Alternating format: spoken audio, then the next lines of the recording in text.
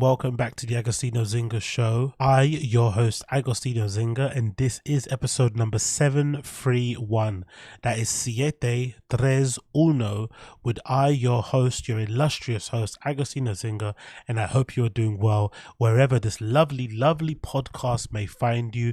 I hope you are doing swimmingly. How am I? Not the greatest, I'm not going to lie. Not the bloody greatest. I decided to watch some extended highlights of the game that I watched over the weekend where United lost 3-0 at home to Bournemouth, just to give myself a refresh so I could have some actual insightful comments to make about the match. And I'm just as angry as I was when I watched the game on Saturday. I swear to God. Maybe one of our most... It wasn't a surprise result, but the performance still kind of caught me off guard. I think some of our fans got way too giddy about how we, put aside Chelsea in the previous game. But now, having seen how Chelsea have performed and having seen how we have performed since then, it's clear to see that Chelsea are in far dire straits than we are. They're absolutely terrible. They're going through a really bad time. So when we beat Chelsea, it was less to do with us being amazing and Chelsea just being really, really bad, because Bournemouth humbled us in a way that I've not seen in a long time. And it wasn't like they humbled us because they have far superior players than us. They don't. Right? I don't think any United fan, even myself, the most cynical of United fans, could sit here and say there are many Bournemouth players that I would swap for our players. But what they do have is a collective mentality. They have a style of play. They have players who are ready to die and commit and really run their socks off for the badge. They have a manager who has a real handle on these players and who does what and what does what, whatever it may be.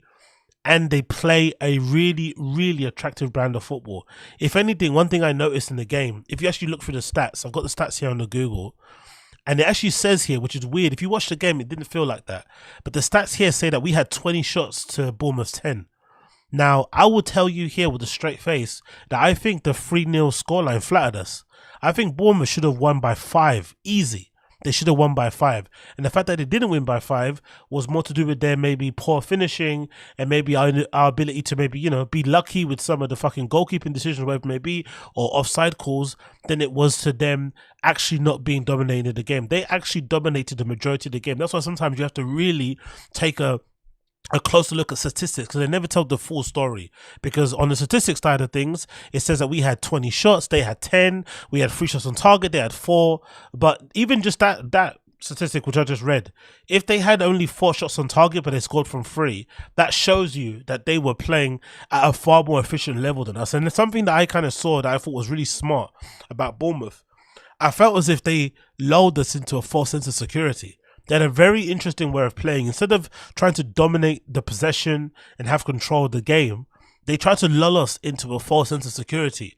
They immediately started the game, or we started the game at home, which was very strange, with no control. It felt like a basketball game from minute 0, which I always hate. I feel like when we're at home, we should always have control of the game. We should always be imposing our style of play against the opposition. It's our home. It's our fortress. That's where, you're kind of, your bread is buttered, so without, for lack of a better term. But we didn't do that. It immediately turned into a basketball game. And then, Bournemouth took advantage of that and scored by kind of, if I'm not mistaken, nicking the ball off us from the right-hand side, playing a really good ball in the middle, and then bang, Dominic Solanke kind of slots it in. We made Dominic Solanke, again, he's been on a good run, but, he's not a world beater.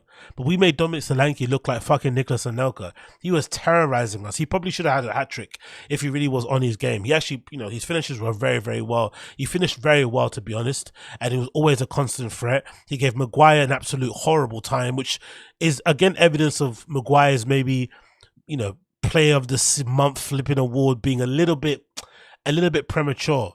Maguire might be good in terms of the battle and the fucking, he loves a good aggressive one-on-one battle with a striker, but when it comes to someone like Dominic Solanke, he wants to get physical. He can stick tight. He can also run behind. He can receive the ball to feet in the air. He's kind of a well-rounded striker in that regard. Then Maguire had no answers for him whatsoever. So it really did put into perspective just how far Maguire is from the top level, and the fact that we still need to move on from him, regardless of how much he's done well over the last few months and stuff, coming back into the team and cementing his place and keeping Varane out. When it comes to top level quality, he really isn't it. But again, it's not about individuals when it comes to this game. I reckon, like I said before, we definitely should have lost by way more goals. I was surprised that we didn't. We didn't really, really, I felt like have a real grip or control in the game. If there are one slight, probably positives to take from this, I would say maybe Amrabat's performance. I thought Amrabat, that might have been Amrabat's best game for United in a long time. But I still think, Erik Ten Hag basically fucked him with the tactics, because essentially, even though it looks like on the lineup here via Google that we played a 4-2-3-1, we actually played a 4-1-2-3-1, right? So there's only one defensive playmaker playing there at the back. When I think most people, myself included, would say, considering the injuries we have in defense and considering how open we are, we probably need to have two double pivots here. We probably need to have two DMs playing in that position. Maybe one DM can be a little bit more progressive, but you can't have just Amrabat or whoever it may be playing that role all by themselves, because they end up having to do the job of two people. And when it comes to the tactics and the formation, this is one thing that's really making me struggle in terms of having patience with Erik Ten Hag, because I look at this lineup and I'm saying to myself, obviously the lineup isn't great, fair enough, but there's some players here who are on good form like McTominay, but he's clearly not a good midfielder. We all know this. We know he's not the level that United need to really go anywhere. He's probably not on a level even to play with the Premier League. He's probably lucky to get into the fucking Crystal Palace team. He's pretty shit on the ball. But one thing he does really well is finish. He's really good in the box, as he's shown in recent weeks. I think he might even be our top scorer this season. I'm not really too sure, but he finishes really well. So why not play McTominay further up the pitch, or maybe play him alongside Martial? Why not as a fucking second striker, and then play Bruno Fernandes a bit deep in that position so that he can maybe spray balls from that angle, but also offer protection in the back. That might be a better way to go about it, but we didn't. Instead, we had McTominay playing really far ahead. We had Bruno moving around where he wanted to move around. So essentially, he always left Amrabat in that position by himself. So whenever Bournemouth did attack us on a transition, and they did kind of, nip in and cut balls out, which they did really well. There was a few times, I think a few of their plays, basically, I felt like they were targeting McTominay because they knew his first touch wasn't great. So a few Bournemouth players would nip in front of McTominay, get the ball, and whenever they got the ball past McTominay, they effectively bypassed our entire attack and they headed straight to the defense. So there's only one line of defense left for them to kind of penetrate, which is why they probably were able to get to our goal so quickly. So it was a really weird performance, very strange lineup and tactics from the manager, but considering how we've been this season, it wasn't that surprising. I think one thing that's been a consistency, what's been a consistent theme with United this season, is our level of inconsistency. Just when there's pressure mounting on the manager, people want the manager to be gone, people are spitting feathers about the players seem to kind of pull it out of the bag and get a result to kind of stem the pressure, to get the pressure off their back, and kind of let people leave them alone. And the same thing happened against Chelsea. Then we go, playing at home against Bournemouth, fans get giddy, and then, of course, the players end up reverting back to form and being utterly inconsistent once again. So I'm not going to be surprised if at the game against Bayern Munich later on tonight, most likely we might end up getting a good result. Now, it's unlikely we're going to qualify anyway for the next round of the Champions League. I don't want us to qualify, personally, if it was me. I feel like the players, the club, the manager don't deserve to be in that competition. They don't deserve to get rewarded in that way. And I also think, there's no point of being in those type of competitions if you're not going to win it. We have no chance of winning the Champions League anyway, so why bother trying to be in it? I'd much rather we get knocked out. But I wouldn't be surprised if these absolute dickheads of players decide to pull it out of the bag and pull in the performance, especially off the back of Bayern Munich losing, I think, 5-1 to Eintracht Frankfurt the other day, which I watched the game here and there. I had it on the stream and I did see the game, and it wasn't a 5-1 game, to be honest. Bayern Munich did miss a lot of chances, so I'm not really too sure if that was a good illustration of their level of performances. So I don't think that 5-1 is really illustrative of the control that Bayer Leverkusen, that Frankfurt had on the game overall. But we're going to wait to see what happens later on. But Bournemouth deserved to win. We'll give them full credit. The tactics from their manager was spot on. They're on a good run of form. All their players know exactly what they're doing. They took advantage. They were able to bloody, target some of our players who aren't the greatest on the ball. There were some instances, especially with Luke Shaw, I think that led to maybe the second goal from Billing, where he gave the ball away, and then at the end he ends up getting bullied at the back post with a header. So a lot of our players got run ragged and got knocked left, right and centre. And if anything, it just made us question more what our long-term prospects are under the current ownership of the Glazers, and also under the stewardship of Erik Ten Hag. Because a part of me feels like, as much as I know this result isn't a direct result of just Erik Ten Hag alone, and isn't the fault of just the players alone, it's systemic of the whole structure of the club, there still needs to be some consequences. There has to be consequences for winning against Chelsea and then turning in a performance where you lose 3-0 at home to fucking Bournemouth. There has to be consequences for it. And I feel like consequences for that is that Erik Ten Hag's job should be under pressure. He shouldn't feel like, oh, because the owners aren't great, I'm going to be here regardless because the players are more toxic. No, the players are more toxic. The owners are terrible. But the manager that we have now is pretty average too. I think all three things can be correct. And if anything, for me, the really disappointing thing about Erik Ten Hag has been that I feel like he's been the greatest managerial catfish of all time.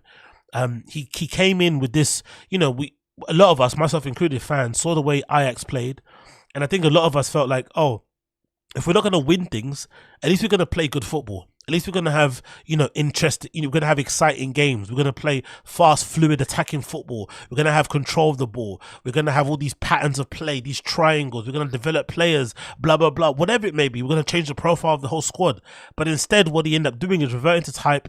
He ended up, with a very dodgy and patchy transfer history.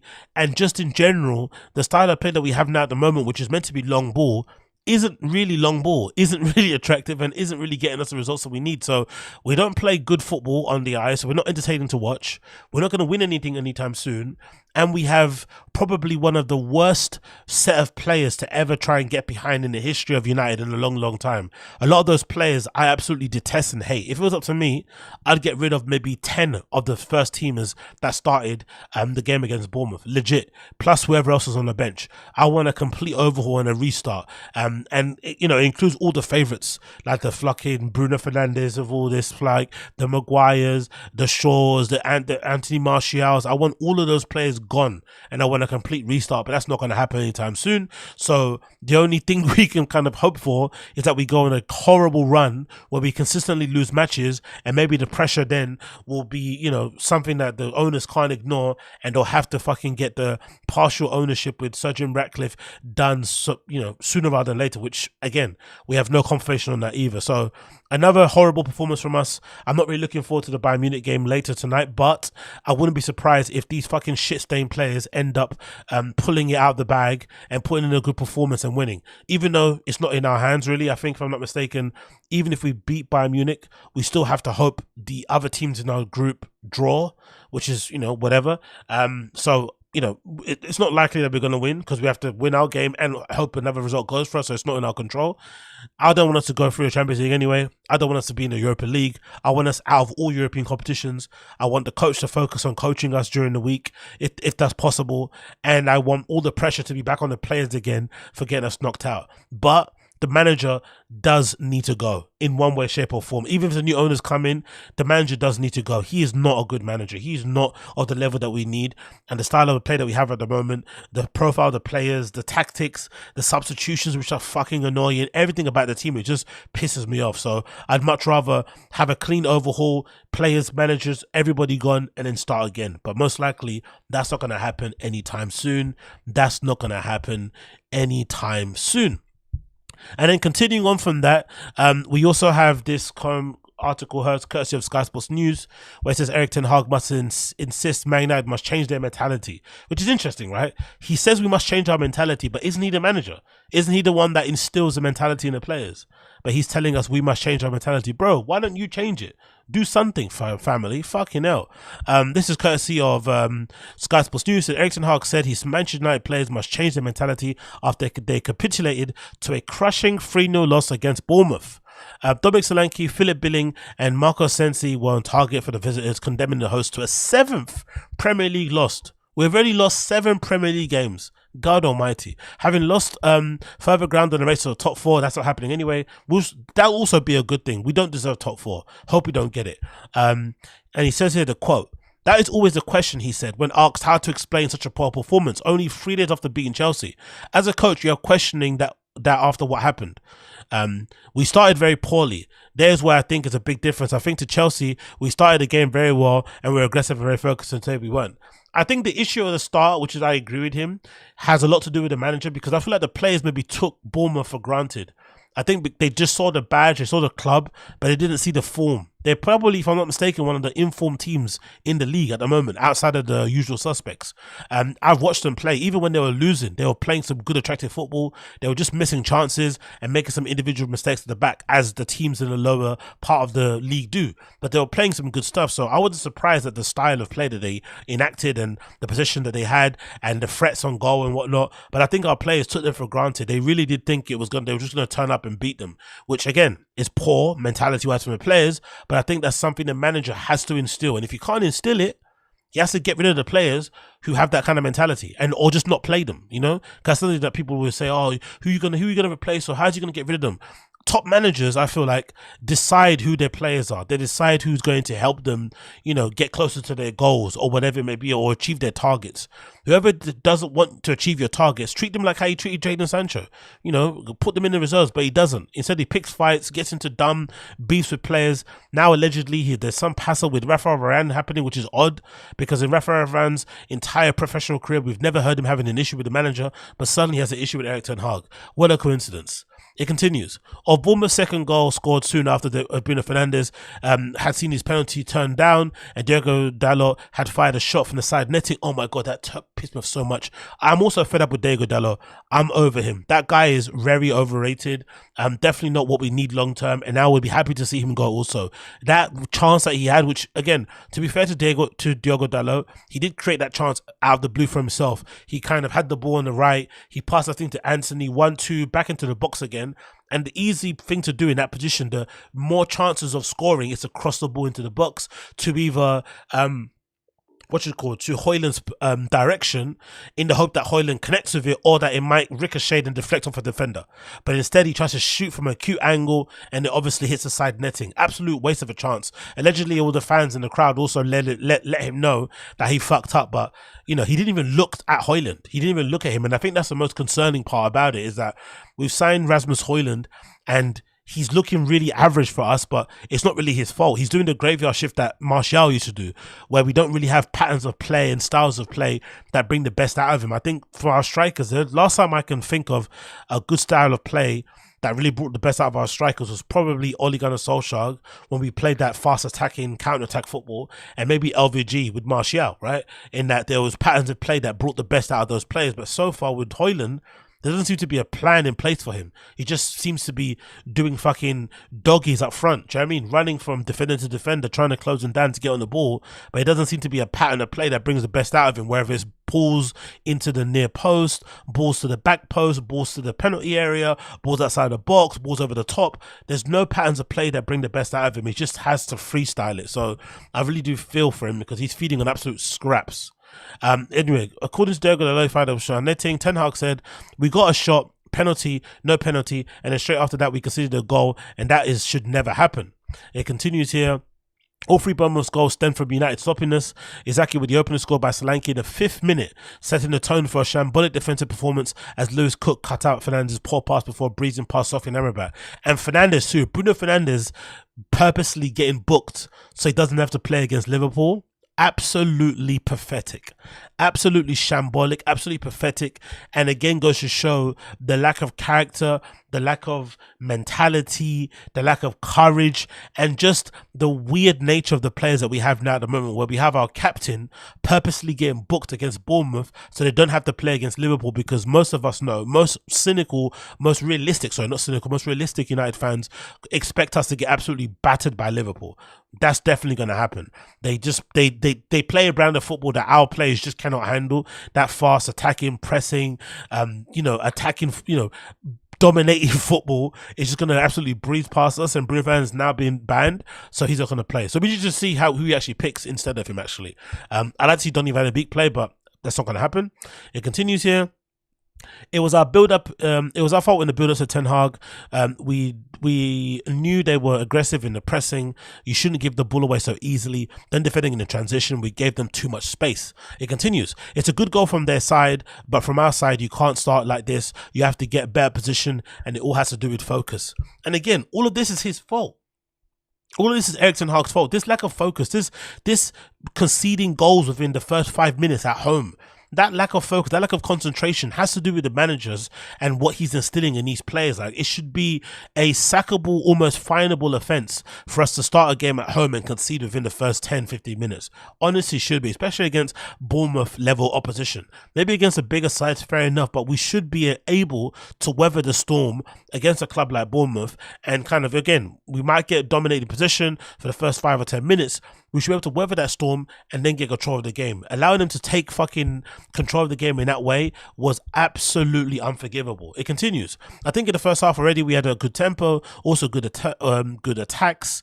We came to the box. We didn't create so much in the box. We continued to score in the second half, but the breakdown was in the second goal. I referred to the game from Chelsea. You have to be our best in every game. The demands of a lot of energy, starting with the right focus when you start like we did. It was a good opponent. They played very well and very dynamic, so credit to them. You have to deliver every day. The demands a mentality, so you have to bring it. We have to change that. And that's the thing with Erik Ten Hag. As much as I would rather, if you gave me a scenario where you said that, you know, who would I pick first in terms of getting fired from this club? Who would I pick first for a restart? I would say get rid of the majority of that first team. Maybe 13 of those players, and I mean first team players. That includes the likes of Bruno Fernandes, Harry Maguire, Luke Shaws, the Lindelofs, the Rashfords, the Martials, all these guys, right? The McTominays. I'd get rid of all of them before I get rid of Erik Ten Hag. But at the moment, he's doing such a bad job that he's going to get himself fired, because the fans online are just going to point to the manager, because that's what all fans do, really, because he's the easiest person to change. It's really difficult to get rid of 13 players at once. We can do it. I'd like to see it happen. You know, maybe put half of them on a transfer list, and the other half, if you can't sell them, just fucking terminate their contract. Like, we should be able to do that, especially some of the guys that have been here for near on 10 years. Enough is enough. But if Erik Ten Hag continues with the way this team is, the tactics, the formations, the fucking substitutions, the poor mentality, if this continues, he's just going to get himself fired, and you have no one else to blame. So it kind of is what it is. Let's see how it kind of plays out, but I'm not looking forward to this fucking Bayern Munich game later on down the line. And then to kind of end it, we have to have this article courtesy of Sky Sports News regarding Scott McTominay saying there's no more toxicity at United. I don't want to hear from Scott McTominay. I swear to God, I don't want to hear from him. He's lucky to still be at the club. If United were where we meant to be back in the day, he would never be playing for us at this level or with this level of importance. The fact that he's that important to us as a team, the fact that we're having to depend on the likes of McTominay and Maguire says everything about where we are currently. But again, he's one of the only players that actually doesn't mind speaking to the press. He has enough courage to actually speak and say his piece, even if some of the stuff I don't agree with him. So fair enough in that regard. But this is, you know, emblematic, I feel like, of where we are as a team, because, you know, he was also meant to be sold in the summer, but, you know, it didn't happen. But whatever. Let's continue with the article. McTominay, who's worked under Jose Mourinho, Ole Gunnar Solskjaer and Ralf Rangnick, admits it's been a problem under previous coaches, but the midfielder has come out and defended Ten Hag. Of course he's going to defend him because he's playing as well. He says, "We have big characters in the dressing room. It's not like other managers where it's been toxic at times. The boys are firmly behind the manager." Of course they are, because I think there is also, I feel like, a feeling behind some of these players. They know if Erik Ten Hag gets sacked, they're next on the chopping block. Whoever the next manager is after Erik Ten Hag, they're going to get a lot more time and a lot more grace. These players have completely, I feel like, tested the patience of the fans. Even players like Rashford, right? Like, horrendous. Like, he came on against Bournemouth, did absolutely nothing. He was running back, trying to track back and whatever it may be, but he was absolutely pants. I think the fans are finally fed up with these players. So these players know they have to kind of back the manager. They kind of have to put performances in for him, because if not, if he gets fired, the next on chopping block are these players. Players can get lost in translation.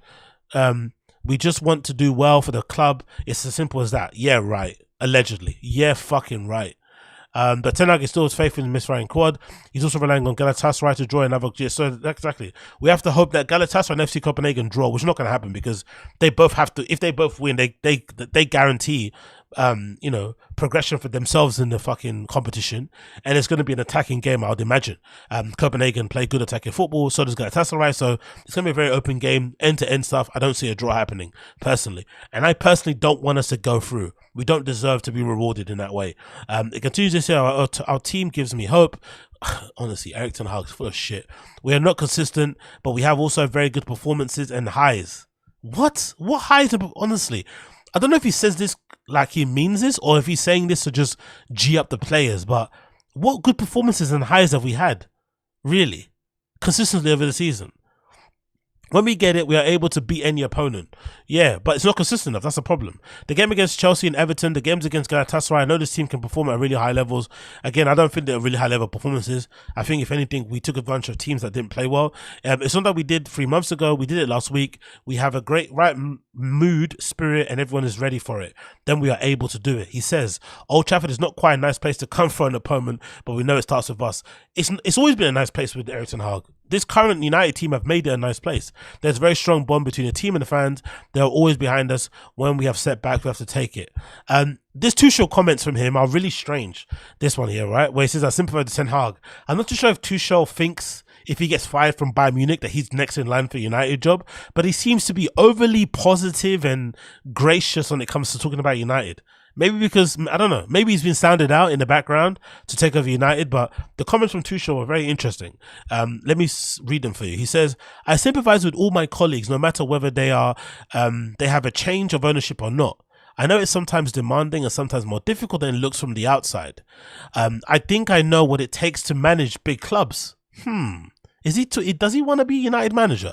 And big players, and it's sometimes demanding, and sometimes there are periods where you feel stuck or the changes are not coming quickly enough for you as a coach. It's why I sympathize really for my colleague, but not tomorrow. We will try to beat him and use the stage to make the next step in our development. We still have a long way to go and need to be very tough to withstand the energy in the club that is here. I'm pretty sure United will bounce back like always. It sounds like he's, I wouldn't say twerking for us, but it does sound like he's flirting with us a little bit. Tuchel there. So let's see what happens. A game against fucking Bayern Munich. I'm not looking forward to it, to be fair. I've got to be honest. And I also don't think we deserve to go through. So I hope we lose. I'm not going to lie. I absolutely hope we fucking lose. Moving on quickly from that, I wanted to quickly mention and talk about HÖR Berlin. Just as another analysis of things I've been checking online. Obviously, since the whole tragic events that have transpired over there in Gaza, the ongoing conflict there between Gaza and Israel has been really heartbreaking to watch. But some of the fucking consequences of that have been very interesting when it comes to dance music, because I wasn't aware of just how many people from Israel are involved in different parts of dance music when it comes to the infrastructure and streaming platforms, whatever it may be. And one of them being HÖR Berlin. I think the two founders are from Israel. They may have served in the Israel army back in the day, which again isn't that bad of a thing, because if I'm not mistaken, you have to, it's kind of compulsory to be within, to enlist in the Israel army, the IDF, at some point. But since everything's been happening in Gaza and the tragedy has been happening over there and the genocide and the scores of people have been, they've been taken hostage and murdered and kids and whatnot, people have been looking at platforms like HÖR and wanting a stronger response for them online. They've decided to be a bit neutral. They came out with a weird statement, then they came out with this weird email, and it just seems like they haven't been able to say the right thing to appease the fans. And for the most part, it seems like the majority of techno Twitter or techno social media has basically cancelled HÖR Berlin. They're kind of on timeout, it feels like. And I just checked their YouTube recently, and it does feel that way. There's not a lot of mixes on there. If you look on the live page, because I think they upload videos, obviously of the live stream mixes they do, and there's not many recent ones. The last one they had recent was a DJ called Hayden who played 2 days ago, and then before that it's Crisco 2 days ago. Another one 3 days ago, 4 days ago. There's big gaps, and if you scroll to, and if you know anything about HÖR Berlin, they were streaming effectively 10 hours or 8 hours a day, 6 hours, 6 days per week. They will consistently have new streams on there all the time. So it feels like people have maybe boycotted HÖR as a platform, and they're not maybe sharing or pushing out as many mixes as they did in the past. Even the ones that have been pre-recorded. The last one uploaded, the pre-recorded mix, was 11 days ago. So clearly there's been, I feel like, a timeout for a lot of people on there, which is sad really to see, because when I first stumbled upon HÖR, that was during the pandemic.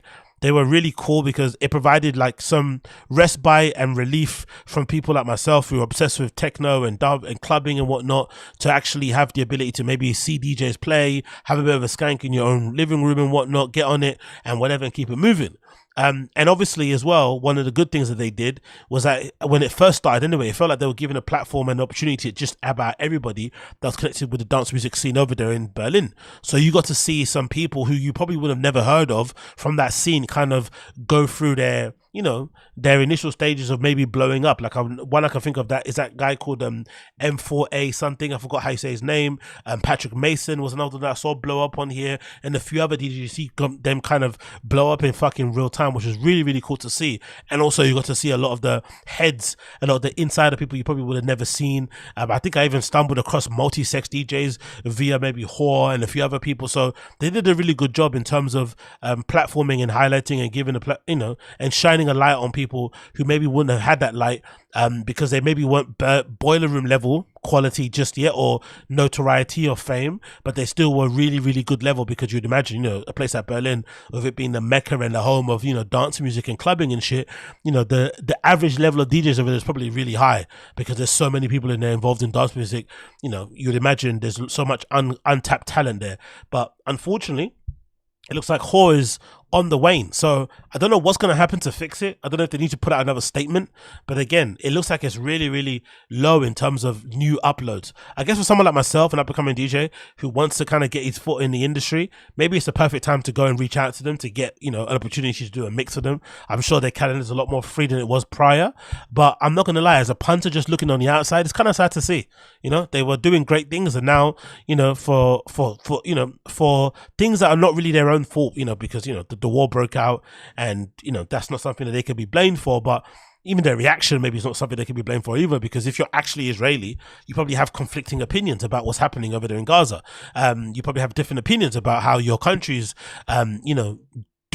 going about things over there. So maybe you have a right to say what you want to say, but unfortunately, with the majority of, I feel like, dance music community being more so on the side of the oppressor, of the group of people who are being oppressed and not the oppressor, you're always going to look a bit funny if you are coming out with those weird statements. But I think personally, the thing that probably killed them the most was when those DJs came out and basically said that HÖR were telling them that they couldn't wear certain items that were, basically, in favor of protesting against the war, or basically, siding more with Palestine. That was what I think kind of fucked them the most. Do you know what I mean? Because then you are censoring people. You're actively trying to censor people and telling them they can't wear certain items. And again, there is some sympathy I have there, because if you're actually Israeli, I can understand why you would like to see somebody with a t-shirt that has some sort of iconography on it that maybe is insulting to your country. I get it, but considering how sensitive and tight everything is, it seems that they really shot themselves in the foot, and now it looks like it's quiet for them on there. It's absolutely quiet for them. There's nothing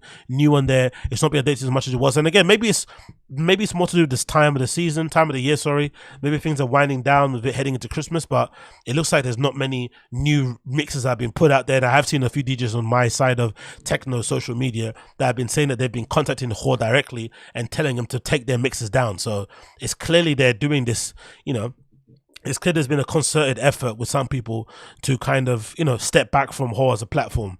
So it's sad to see them not be where they once were, but I guess it's the name of the game, and most likely they'll end up being another platform popping out that'll probably take their space and occupy that space from now on. But let's see how it transpires. We'll love to see how this transpires. There's this interesting article that I wanted to also talk about regarding Elon Musk on Business Insider. Elon Musk has had a really interesting, I feel like, last maybe 2.5 years or something, where his public persona, reputation, or how he's just looked at has really changed, and for the worse. And it's odd for me because I came into being an Elon Musk fan mostly based on startup stuff, right? with him being an entrepreneur, with him being a tech guy, with all the stuff, you know, regarding SpaceX, all the things regarding Tesla, the Boring Company, which is something that I've been obsessed with from the minute zero, right? This idea of, you know, alleviating traffic in metropolitan areas by having all these tunnels that cars could go under and stuff, and having these little buses that people could get in and stuff, and get people A and B really quickly and shit. All stuff is really incredible to me, especially when I saw that SpaceX stuff for the point-to-point travel, which I think has been scrapped for now, but that seemed amazing. The idea that you could get in a SpaceX rocket, which back in the day I think was called a BFR, and you could basically do a point-to-point travel and get from like New York to London in a couple of hours, if not an hour's time, which would obviously completely change and, you know, transform travel as we know it. So I looked at him as that, and obviously having read the Ashley Vance book on Elon Musk, which is one of the best, I feel like. I still haven't finished the actual autobiography by Walter Isaacson that's behind me, but there's a really good Ashley Vance book that I kind of listened to on the audiobook that was incredible. But ever since then, with his I feel like with his need to want to be in the public eye and how exposed he is, you're hearing more of Elon, and it doesn't sound good. So that's why maybe his reputation is kind of floundered. So I'm interested to see what this Business Insider article is about. But the title of the Business Insider article is Elon Musk luck has finally run out. And obviously I'll put the link in the description for those of you that want to read it yourself. So it says Elon Musk was on a heater. From 2019 to 2022, it seemed as if every gamble that Elon Musk took was paying off. Tesla was consistently profitable for the first time in its history, and the stock soared as its massive new Shanghai plant ramped up production. SpaceX rockets captivated the public's attention. Accusations of corruption and self-dealing slid off Musk's back, and Musk could do and say anything he wanted. Then Musk did what every risk-addicted blackjack player inevitably does. He pushed his luck too far. Overconfidence, confirmation bias, and delusions of grandeur and assuming control led to a string of bad decisions, and boom, Elon's empire is in trouble again. The change of fortune has apparent at the New York Times Dead Book Conference last week. Yeah, I remember this one. During an interview with host Andrew Ross Sorkin, the recognizable tells Musk's hand had gone cold were everywhere. He raged at the very people who would dictate Twitter's fate. He seemed baffled by the questions about the future of his companies and offered no apologies for his unhinged, antisocial behavior online. Sorkin suggested Musk's brain is like a storm, but it sounded like two cats fighting to get out of a duffel bag. If anything, I feel like maybe Musk is going through that same thing that Ye goes through, where when you make as much money and you're as successful as those guys, it can be really maybe insulting to your intelligence to have people question your decisions, to have people doubt you, to have people maybe ask you to explain yourself or whatever it may be. It can just really piss you off and kind of, you know, make you double down on whatever decisions that you do make or stance that you have just to spite them. Maybe that's part of it. Maybe that success makes you think that you're impervious to feedback, pushback, critique, or whatever it may be. Who knows? It continues. This, ladies and gentlemen, is what it looks like when Musk realizes he's in a jam entirely of his own making. I know because we've seen it before, including back in 2018 when he nearly flew Tesla into the mountain. He may find a way to ward off calamity as he did then, but his jam is much tighter than the last one. Musk has contended with over 13 billion of debt. We're still weighing down a swiftly sinking Twitter. Tesla's profits are shrinking because of a lack of demand and the new products, and the world is generally sick of his shtick. In Muskland, everything is connected by money. Problems at one business bleed into others, and that's why Elon is exceptionally obstinate, and it's not just an imagination. His luck has changed. I disagree with this. I feel like there's a lot of glee. Obviously, Business Insider have a lot of, like, you know, they're frothing at the mouth for Elon to fail. But I think one of the things that kind of, I feel like is gonna help Elon and someone like a Ye too. They are geniuses when it comes to the products that they put out, and people love them so much. So I feel like if Elon decides to take a step back from the public eye and not be as visible, not be as vocal, and let his products and his company speak for themselves, I feel like that, you know, whatever bad sentiment is being levied against his companies or him personally will definitely wane. But the more they speak, the more they're in the public eye, the more they're caught in public attention or whatever it may be, that's when things kind of change. But because the product is so good, if he just decides to go quiet for a couple of months, it all kind of resets again. So I don't think it's that big of an issue. If anything, the other issue is more so the idea of like how many corporate interests has he actually pissed off, right? Like how many people with the actual money to actually turn his lights off has he annoyed? We saw it happen with Ye, right? He pushed the line way too far, and it got to a point where the money people said, okay, enough, and they basically turned his lights off. And obviously now he's okay because, you know, he's probably got funds in the bank and stuff, but no corporate, you know, entity wants to touch him with a barge pole. So that's where it becomes a bit tetchy. It continues. 2018, the first annus horribilis, it says, if you want to understand Musk's unhinged behavior, it's helpful to understand the reasons that he lashed out in the past. So let me take you back to 2018 when Musk had bet the Tesla future on Model 3 with the intended starting price of 30 grand. The car was supposed to make EVs accessible for drivers who couldn't afford luxury prices. But Tesla's investors got increasingly restless as the model became trapped in what Musk called production hell. The pressure to get the Model 3 out clearly weighed on Musk, and he was not subtle about it. On Tesla's first quarter earning call, he cut off one of the analyst's basic financial questions, saying that boring, boneheaded questions are not cool. He got so frustrated that he ditched the analyst entirely and started taking questions from fans, posting on YouTube. Eventually, he even begged skeptical Tesla investors to please sell our stock, and when Musk is at his most hungry for cash, he tends to bite the hand that feeds him. Musk also became more active on Twitter around this time, often with erratic results. When a professional diver complained that Musk was distracting from efforts to rescue children, soccer team had been trapped in a cave in Thailand, Musk called the diver a pedo guy and harassed him on Twitter. I still don't get why he got so annoyed at that guy for calling him out. And honestly, maybe it's just like a fragile ego thing, but that was one of the strangest things. I wonder if they actually had a history prior to that. Maybe they had some sort of run-in back in college or something, but that seemed oddly weird how he got so touchy of that guy, that diver that was said, hey, you don't know what you're talking about. It continues. He used the platform to whine about the media, attack his investors, belittling against the Tesla stock, and even tweeted that he would be taking Tesla private at the price of $420 a share. And when there was no such deal in place, Tesla, Musk later admitted, was near death, and the summer's production hell was about to turn into an auto logistics hell. It continues here. Tesla's salvation came in the form of a Chinese Communist Party. In 2019, executives were fleeing Tesla and the company continued to bleed cash. Musk struck a deal to build a factory in Shanghai. From permitting the destruction to the opening, the Shanghai Gigafactory was built in just 168 working days. Skeptical observers, myself included, were blindsided. What we failed to appreciate was the staggering power of the CCP when it's aggressively pushing to meet a single goal. When the party said Tesla would build a factory there, and that meant immediately. Without China, Tesla would not have finally turned into a real car company. And in Musk's words, he dodged the destruction and started to settle down and focus on the projects like Starlink. I'm sure he was still wilding out on Twitter, but at least he wasn't bawling to Rolling Stone about how badly he needs a girlfriend to be happy. At last, it seemed that Musk was the universe and had something frenzied at equilibrium. Generally, there are two different lessons a person can take from surviving a brush with near ruin. They can learn to be more cautious, or they can decide that they are indestructible and tempt faith. I don't think I need to tell you which path Musk chose. So let's just go down to the bottom last paragraph here, and I will continue. The last paragraph says, Wall Street should be thoroughly embarrassed. According to reports, the banks holding Twitter's debts are already expecting to take a $2 billion hit when they can firmly sell off. It's not hard to see why. I've said from the jump that there was no money in this Twitter venture and no principles either. Musk is always going to turn Twitter into a reflection of his limited view on his earth, as he put it during his manic ramblings on Dealbook.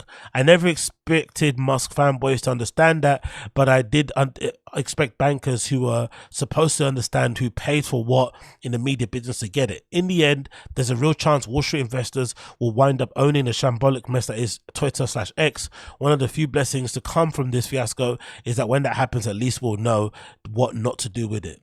let's see what happens. Let's see what happens. I still think he's going to turn it around. I feel like X Twitter is the best it's ever been, personally. I feel like it's way more fun because there's way more psychos on there, way more unhinged people that are really, really pushing the needle, and I'm all for it. So I think he's going to turn around. I think he's going to figure it out. And again, you got things like Starlink that he could easily end up selling and taking public and shit.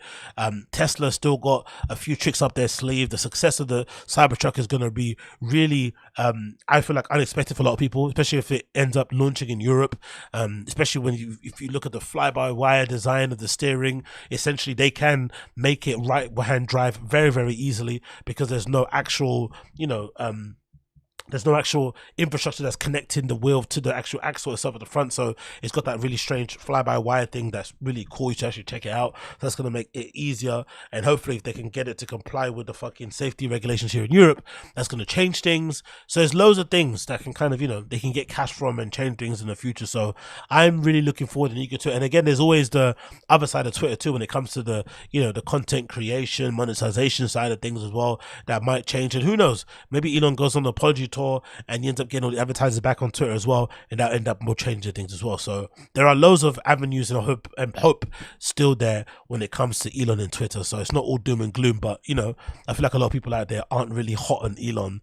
A lot of people out there aren't really hot on Elon. Moving on, let's talk about How Long Gone. So How Long Gone, one of my favorite podcasts out there, there was a really cool article written via Prospect magazine regarding why Americans are so much richer than us people here in the UK, and it profiled How Long Gone. And I want to read this article for you because I feel like this is very on point, the article, and what it's basically talking about, and kind of, if anything, answers a lot of questions that I've had around the creative field in the UK and why, for whatever reason, in terms of pay, it kind of pales in comparison when it comes to our US counterparts, which is really unfortunate. And even just job wise, like I found with my kind of roles that I've had, which is like social media manager, marketing manager, community manager, all these sort of roles, the same role in the US, you get paid like double what I get paid here in the UK, which is fucking crazy, to be honest. But let's read the article here. So the article says, the title is Why Americans Are So Much Richer Than Us. I'll put the link obviously in the description for you guys to check out for yourself. It continues. It says, I'm in Mayfair in my expensive menswear, in a queue with other youngish men in a creative careers who are all in their expensive menswear. It's January and I'm queuing for the first UK live show of How Long Gone. How Long Gone is a podcast hosted by Jason Stewart and Chris Black, and it's now accurately described the premise. I don't watch reality TV or Marvel movies. Instead, I listen to Black and Stewart review $22 smoothies while I lie in my bath. Other topics are itemized in these episodes. Accompanying descriptions have included big salads, goat consomme, Chris realizes he's staying in a Republican hotel, Day Lewis spotted in a new look, and exactly how much dog sitting cost. The pair self-identify as bi-coastal elites, and their show is full of in-jokes and references to their arty, media-flavoured social circle. Black used to manage a band, and now is creative consultant for brands, and Stewart is a DJ and occasional food writer. Though some of the guests are big celebrities like Charlie XCX and Matt Healy, more often they are semi-famous journalists or chefs. Listening to How Long Gone is like eavesdropping on the best table at a restaurant you barely got a booking for. Listen to How Long Gone actually as a big comment. That's something I realized I didn't know that was a thing, but I think it's a very hipster, trendy thing to do. But I guess because I go to clubs, I don't do it. A lot of people just go and hang out in fucking restaurants. Like that's what they do. They go to cool restaurants. They maybe, they probably won't order anything huge, but they just love the ambiance of it, and maybe they'll turn it into like a place to go and fucking get drunk at. But restaurants have become the kind of cool hangout spot to be at. I think a few years ago it felt like wine bars were the place to be. Maybe before that it was cocktail bars, but now it seems like restaurants are the place where a lot of these trendy cool guys go. And maybe it's because I'm not the biggest foodie in the world.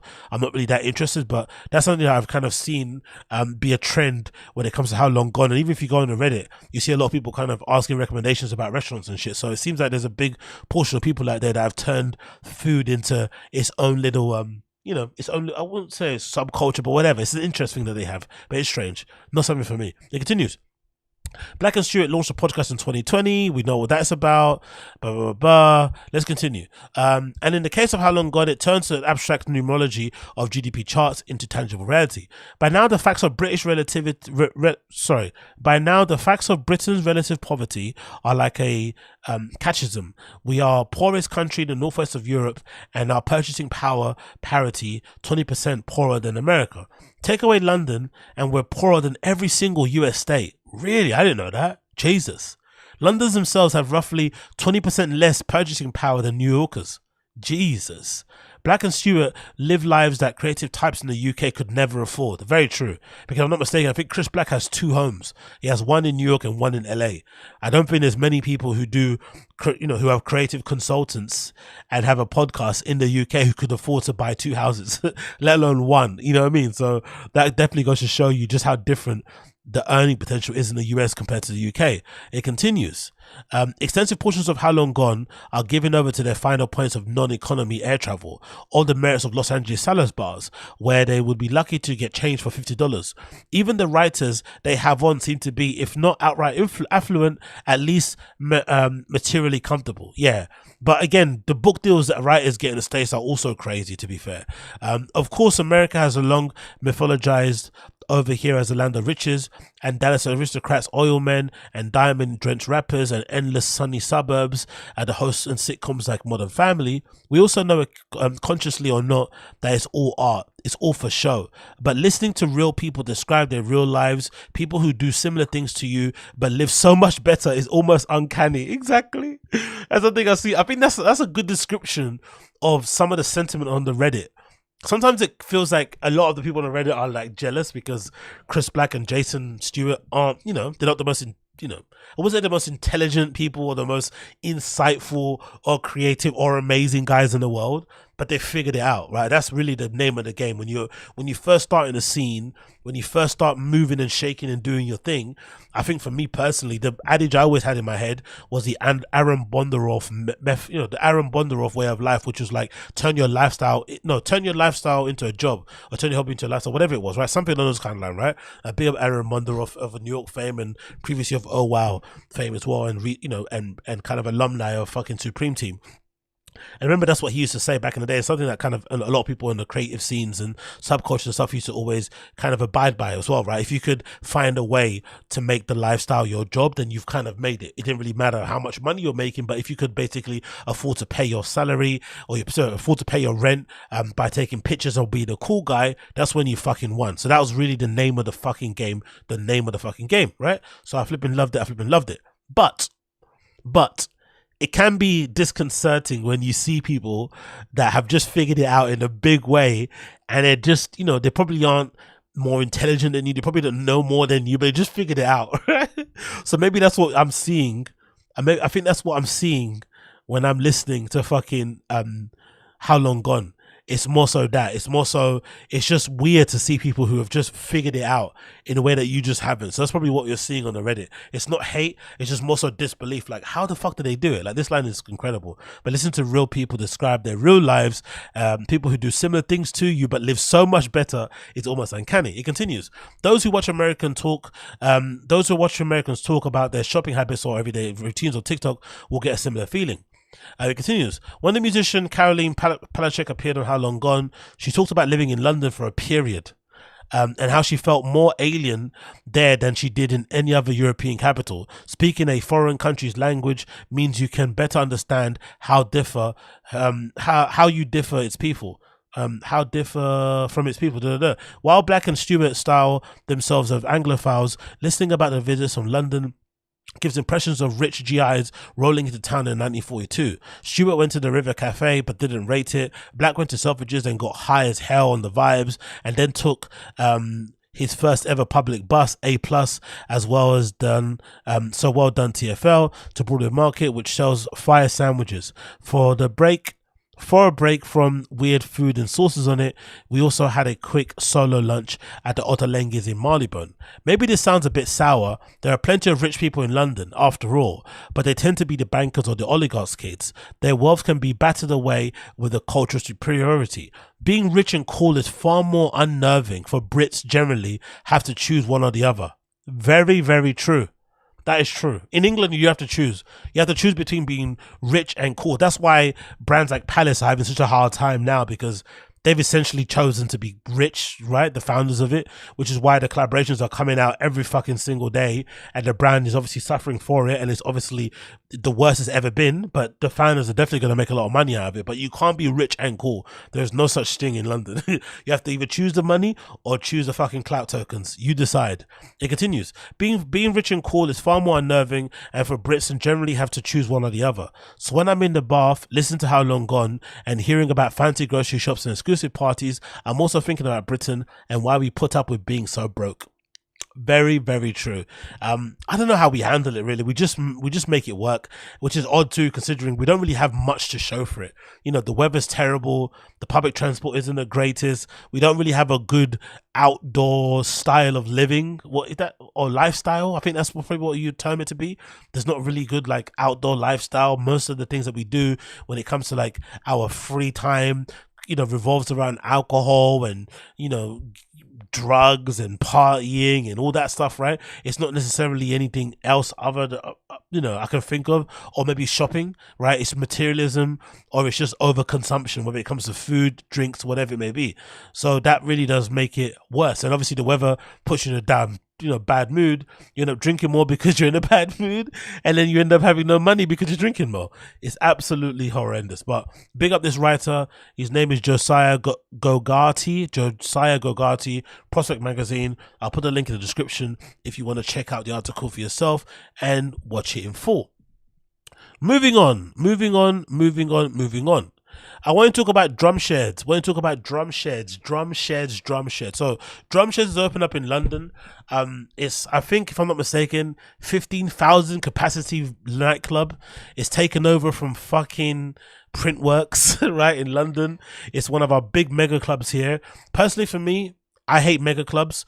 I would much prefer to see the money be invested into smaller venues, maybe 1,500 capacity, and have them dotted around, you know, each part of London. Basically have a fold in every part of London, north, south and west. The reason why I would like that is because I feel like that would ease the pressure on some of the smaller clubs that are sub 1,000 capacity. And what it end up doing, I feel like as well, especially if you give these clubs a late license and you allow them to open up until 6 a.m, you give those clubs an opportunity to basically help to stem the flow of antisocial behavior in London, because that's something which is a big issue for us when it comes to nightlife. You have these clubs that are all closing at the same time around, you know, let's say any time between like 2 to 4 a.m. Everybody bleeds out into the street at the same time. Everybody's steaming, high, drunk, horny, whatever they are, ready to still go out. And the people, you know, end up clashing on the streets, police, whatever it may be, and it turns into an absolute shit show. And most likely, if your club is in a very densely populated, you know, housing area, well, I think it's a pedestrian area, wherever it may be, you end up having the neighbors complain about their club and all the antisocial behavior that's going on, whether it comes to fights or people pissing. The council usually abides or sides with the homeowners, and most likely that'll end up happening was that the club license will be taken away, the late licenses will reduce, alcohol license might get taken away, or you end up getting shut down. So it does have a trickle down effect, or domino effect, if, you know, you end up having not enough of these kind of mid-level smaller clubs in London. But for whatever reason, London doesn't like to have smaller sub 1,000 capacity clubs, but they also don't mind having mega clubs. Like, there was a conversation that was happening about that sphere in Las Vegas happening in London, and now we've got this 15 capacity fucking nightclub that's in a former IKEA factory. And it's just like, bro, like, this place looks horrendous. Personally, for me, it's way too big. There's probably not enough decent electronic artists in Europe that could fill a 15 capacity stadium anyway, a space, regardless who they are. So you're in one of the most expensive cities in Europe. You have, you know, a space that's probably way too big for what, you know, whatever the function is, and there's not enough artists that can fill it, and obviously the crowd that's in there is a bit sketchy. So I'm going to watch a quick video here courtesy of YouTube. It's from an account called Robot. It's a Drumsheds reveal and, you know, review of the inside, so you can kind of hear and see and hear sounds of what this club looks like. But I'll tell you this, it looks really, really unnerving, very intimidating, very, very, very big, and if anything, just another reflection of just how much of a misstep and a mismatch there is in terms of London nightlife, in terms of options and stuff. It's really annoying. But let's play the video here. We're about to walk into one of the most ridiculous rooms I've ever seen in a club. Come check this out. This is insane. Hi, I'm Luke Pepper. Hi, I'm Luke Brancaccio, and welcome to Robot with added Decoded magazine. We are on our way to check out Drumsheds. We've been invited down for a little cheeky early preview. I mean, the size of this place. I mean, check this out. Club isn't even open yet, and we're already queuing. It's huge though. Wow, the entrance. LOL at the drug amnesty bins. Who's throwing in their drugs in the drug amnesty bins? Fuck that shit. Take that shit straight to the toilet. Wow, there's huge barriers. So look, it kind of layout wise, entry wise, it reminds me a lot of fucking fabric. Sorry, of Printworks. Printworks felt like you were going through the airport. So many fucking snake turnstiles you had to go through. Loads of different kiosk bars everywhere. But it felt very sparse. I think maybe this is the same thing. Because again, it's in a former IKEA store. So it's definitely going to be huge and very spacious. But also, it's going to be a bit weird of a club, you know, in terms of like layout and wise, how you try to make it work. Oh, that's a bar. Fuck, I've just realized that's actually a bar. That whole entire line that I'm just seeing here of a, you know, I thought that was where the tickets were. I guess that's an entire bar. So maybe one of the best things about these sort of mega clubs is that you're not gonna be waiting too long to order a drink. There's literally hundreds of points to go get a drink if you want it. They seem to have a bar in the entrance, which means that you can get a drink when you queue, maybe? You've got to get through the queue and then you get a drink here. I think as a fun time, I don't like that, to be fair. I think I prefer to go into a nightclub, get immersed, you know, go through the dance floor, then to get to the bar. I don't want to get straight to the bar. Do you know what I mean? Like, that seems like it's encouraging, you know, that's encouraging people to get boozed up very, very quickly. I much prefer to actually immerse myself in the surroundings, get myself centered, get a grip or get an understanding of the space, feel everything, whatever, and then go to the bar or the toilet, whatever it may be. But heading in and then seeing the bar straight away and the shiny, frothy, you know, tasty, chilled beverages, that's probably the wrong way to go about doing things, especially if we're on the way to the dance floor. Everyone's going to be moving around. It's going to be queues everywhere. You're probably going to be spilling it all over the place. So it just seems like a weird thing to do when it comes to construction wise. They probably should have had it the other way around. Maybe. Who knows? So this is 5,000 people, the same capacity as Printworks, just in this one room. Jesus, why room? The LEDs are incredible though. There's these amazing LEDs on the roof, so you can do some really interesting lighting shows and shit. So I guess for the bigger promoters or for the bigger artists that like to create a bit more of a special, bespoke experience, this is going to be really cool. Really fucking cool. There's loads of LEDs, lasers all over the place, like smoke probably. It's probably quite a really cool environment to, you know, to stand in or maybe to record videos for.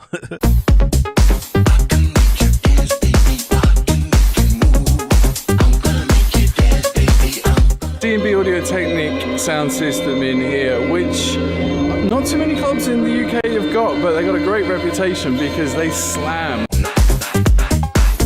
We're about to walk into one of the most ridiculous rooms I've ever seen in a club. Come check this out. So that's the main space. Wow. Look at the LED screen at the back. There's a massive screen behind the DJ. That is really cool. That kind of reminds me of, what was that event I went to? I think I went to like a Crank Brothers event to see Nina Kravitz play near, I think it was at the Walthamstow Leisure Centre or something. Some really strange, you know, venue that they kind of repurposed for a one-off event. Nina Kravitz played, and there this amazing screen behind her where she played, and essentially it kind of projected this weird silhouette behind her, so the lights were dimmed so you couldn't really see her, but you could see her projected on the back, so her arms were flailing around, do the whole Nina Kravitz dance and shit. So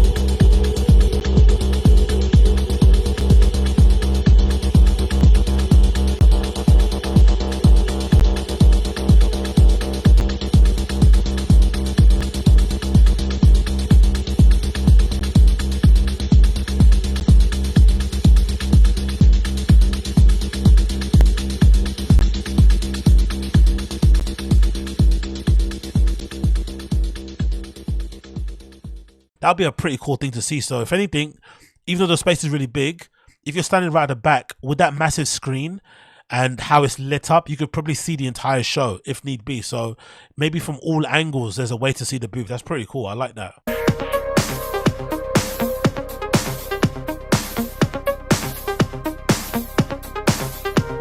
So this is the main stage, and you can see behind me, they've got a killer LED screen. That's crazy. Honestly, the scale of this room is just unbelievable. There's no way that the camera is going to be able to do it justice.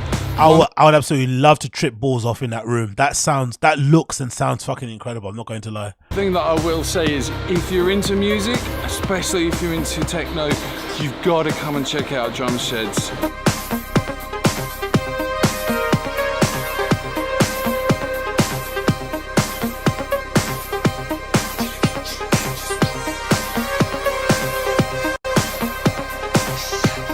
I'm so lost for words. This is one of the most awe-inspiring things I've seen in dance music or in clubbing. Wow. Sorry about the noise in the background, there's lots of work going on, but Jesus, holy shit, this is unbelievable.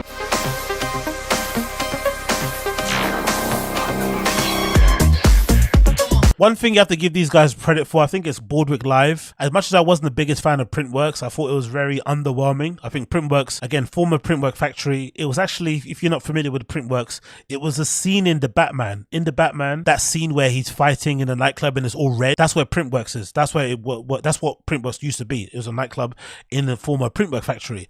And when you see the pictures, it kind of felt like it'd be a different space when you actually experienced it. The sound wasn't as good. It wasn't as immersive. It obviously was super big, way too spaced out for me and my kind of liking. I like things to be a little bit more intimate, a little bit more closed in. But one thing you could say for sure, production-wise, it was on point. The LED screens, the lighting, the lasers, the smoke, like they do a really good job in terms of actually operating that club night after night after night after night. Like they put on a real good show. So the guys that work behind the scenes to put that shit on, the guys and girls there are absolutely the top of their game. It's just a shame that it's not their fault. You know, London clubs, the sound is always a bit muffed and a bit limited and stuff. It's not really it doesn't really hit you in the face as it should do. I feel like pretty much should have really hit you in the face. It didn't. And I feel like maybe this might be the same thing, because it feels very big. It feels like it should have really big sound also, but I have a feeling it's going to be like every other club in London where you have to get right to the front for you to hear anything. If you're at the back, it kind of sounds a bit shit. This is another DB Technic sound rig they've got in here.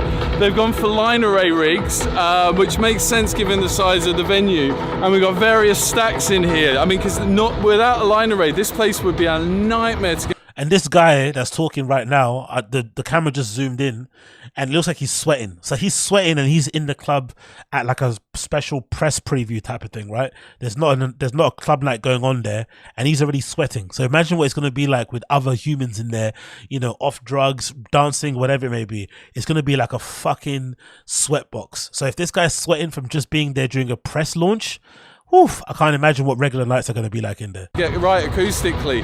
And even with no one in the building at the moment, the acoustics in here are pretty bloody good.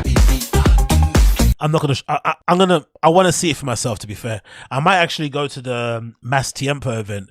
That's Jammer and Skepta's house, tech house label sort of thing. They've got an event happening, I think on the 16th or something. So I might check it out then and see what it's like in real life. But I don't know. I've got a feeling it's going to be underwhelming, but I'm willing to give it a chance.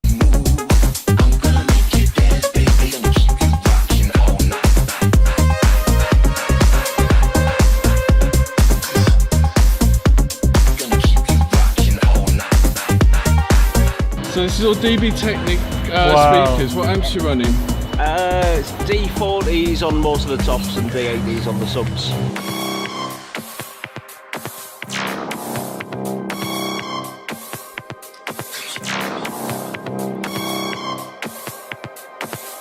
Oh, and just like Printworks too, that's one thing they did really well, to be fair, on Printworks. They have an amazing, this is called The Yard. They've got an amazing food court, which is something which was weird because I remember in Printworks, there were probably way more people in the food court hanging out, eating, chatting shit than there were people inside. It turns into its own little scene. So that's the thing that makes it a bit weird. You know what I mean? I think it takes away from the clubbing experience. People are in there kind of just chatting and eating and not really dancing, which is what it is, I guess. But the food court is quite nice. So if you do get a bit peckish and you're in there all night or all day, you can actually get some decent food. And I remember pretty much the same little sort of layout. Each hut had a different, different type of cuisine and shit. It was pretty decent. I think one of the good things about having a venue this big and kind of the location where it is that you don't have to compromise on things like sound because you don't have loads of neighbours. Oh, really? I like the sound of that. Okay, that sounds very, very encouraging because that's something that haven't happened at Junction. So there's basically, in London, we have these really draconian and annoying noise pollution laws and shit. But essentially what it means is if you have a nightclub next to a residential area, they have a lot of limits and restrictions about how loud the sound could be. And most nightclubs in residential areas, the sound is terrible because they have to basically adhere to those laws or those rules, or their club gets shut down. But what it ends up happening is that if you're a clubber like myself, when you go to nightclubs, you end up having to like stand right next to the booth to hear anything. And experienced ravers, the last thing you want to do is be near the booth. You want to be doing your own thing. You want to be in a corner somewhere. Sometimes, most of the time, I have my back to the fucking DJ. I don't really, I just want to listen and immerse myself in the experience. But because clubs the sound is all over the place, it makes it a bit shit, which is why Fold is really good. Because Fold is in like this area called Canning Town in London, which is kind of the area that I kind of grew up in, and that area is basically in the middle of nowhere. It's kind of like in a sort of like a, what would you call it, an industrial area. That's where Fold is basically located. And one of the reasons why Fold has become the #1 club in London, obviously they've got really good programming, really good bookings, really good promoters, really good owners that know what they're doing. But the main reason why Fold has become the prominent club in London is because it's in an industrial area and they can really crank up the volume. So they have probably the best sound system in London anyway, but the volume they can really crank it up because there's no fucking houses near them, really, to be honest. And I think there's train tracks covering them on either side, so that muffles the sound a bit as well, so it doesn't travel too far. It's a great location. So maybe this is actually encouraging because it's in a former IKEA warehouse, shop, factory, whatever it is. Those things are usually in the middle of nowhere. I think in most countries, right? You don't really have IKEA stores in like a really densely populated area. So because of that, they can actually go crazy with the sound. So maybe my, what's your thing called? Maybe my fears are going to be alleviated when I actually go, because that's actually encouraging to hear that. Really, really fucking encouraging. Most unbelievable venues I've ever seen in my life. It's batshit crazy, the scale of this thing. The production, the amount of effort, everything is just next level. Never seen anything like it. Good luck to them. We are already lost trying to get out. Welcome to Wandering Around Lost in Clubs. The one thing we haven't forgot yet is our name. Give it some time. Thank you very much. Thank you. Oh my good God, that was incredible. I've never seen anything like it. Yeah, that's seriously next level. The sound system in there is amazing. And the visuals, second to none. Have not seen, the scale of the whole thing is ridiculous, and I'm actually lost for words. It's mind-blowing. Drumshed. Okay, cool. Good to hear that. Again, huge space. Can't wait to check out myself. I'm going to reserve judgment, but from what the people are saying, these guys seem to be like, they're on point. Again, they got invited, so you have to take their review with a pinch of salt, but, I don't think they'd gas it up too much. But what that tech guy said, one of the guys involved in the team there, I'm assuming with the sound, about the sound being good and high because they're not in a residential area, that's very encouraging. So that might be worth going. But the ticket prices are no joke. I checked the Skepta event, the Mas Tiempo event with Jammer, and I've seen tickets go for like 60 quid on fucking ticket swap. So it's not a cheap place to go to. If you want to enjoy your time out at Drumsheds, you have to make sure that you have, some deep pockets, because the tickets are not cheap. Let me just double check them again on the fucking events page. But last time I checked, a lot of the events were sold out and they were going for like 60 plus. So that's a lot of fucking money for London. You're not including your fucking food, you're not including your travel, your gear, the cloakroom. All this stuff needs to be included. So it's looking like a £150-200 night easy, which is absolutely crazy, bro. But hey, London living, isn't it? Big up the stream chat. Be everybody hanging in there. Appreciate all of you guys. Oh, big up Fashion Roman. What's good? Damn, just saw the thumbnail. Just know that things could always be worse. I'm a Chelsea fan. Yeah, tell me about it, brother. But I don't think that's a good comparison. And I feel, because you guys still have owners willing to spend money, and you're going to figure it out in the end. the Ted Bowley, that consortium are throwing way too much money at the wall now, but something will eventually stick. Eventually you will figure it out. United, we have owners that don't give a fuck about the sporting success of the team. They're not investing their own money, and we are, the competition around us are getting better and better and better. So we're kind of falling behind the pack. New teams are emerging, like the Villas and the Brightons and whatnot.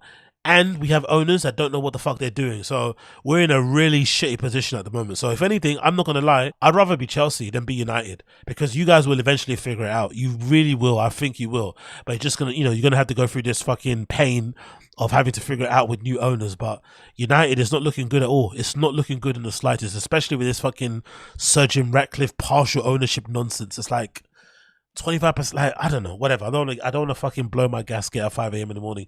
So looking at Printworks events listings so far, yeah, they've got Mass Tiempo event, present Skepta and Jammer. Look, most of these events are sold out already. Chasing Status on February 23rd. Next year, February 23rd event already sold out. Fucking hell. What else event they have here? They've got 10 Years of Worried by Henry as well. Is that sold out? Is that in? Okay, that's still on. You've got a drum code event happening on March next year. What else events happening? Oh, you got an XL night with Emily Lenz. That's going to be pretty big. You got Hydra with Bonobo playing. You got False Idols playing. You got James Hype is playing as well here. So as you can see by the names, it's very commercial, very, I would say normie, but it's a lot of very popular people. If anything, I'm not going to lie, I would like to see what Drumsheds could do with smaller promoters. I want to see some of our smaller, really influential promoters get a chance to put on a night there. Whether it's just like a collection of all the best nights that we have in London and they do it there. Maybe even at HÖR, that event, that really cool event, HÖR, that they have in Colour Factory, and they have all these different promoters do different sort of sets and shit. I'd love to see them take over Drumshed. That'd be pretty cool to see that sort of like mix. But again, it's a big venue, man. 15,000 people. I think one room has 5,000, the other room has 10. Like, it's a big space. Like, it's probably impossible to fill it, especially in London. There's just not enough. The price of entry is just too much. It's going to obviously cut out a big group of people that would want to go, and there's probably not enough DJs that could fill that space, really. Even the Tiestos and shit, like, could he really fill 10,000 capacity room in London? Like, especially if you think about the ticket prices as well. Like, let's see this one, this drum code event. How much of the tickets going to be at drum code? The drum code event tickets are on Kabod. Okay, they're not even doing on RA. It's on a site called Cabodel.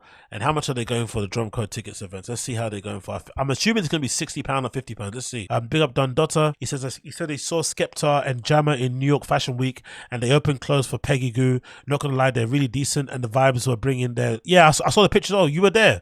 Big up Don Dotta. That's pretty sick. I saw the pictures of it. I saw the pictures of them playing there. It's quite sick. I'm not gonna lie, and I think I'm actually talking about the next actually. Skepta and Jammer.